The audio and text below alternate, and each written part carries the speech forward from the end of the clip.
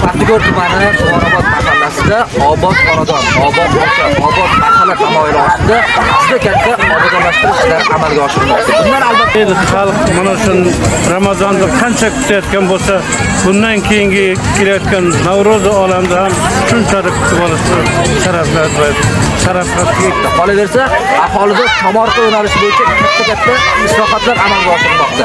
Har bir qarish yerdan unumli foydalanish bo'yicha tegishli ko'rsatmalar berilib, davlatimiz rahbari boshlab bergan islohotlar natijasida Paxtakor tumanida juda keng obodonlashtirish ishlari olib borilyapti. Xususan, islohotlarda yurtboshimizga albatta minnatdorchilik bildiramiz.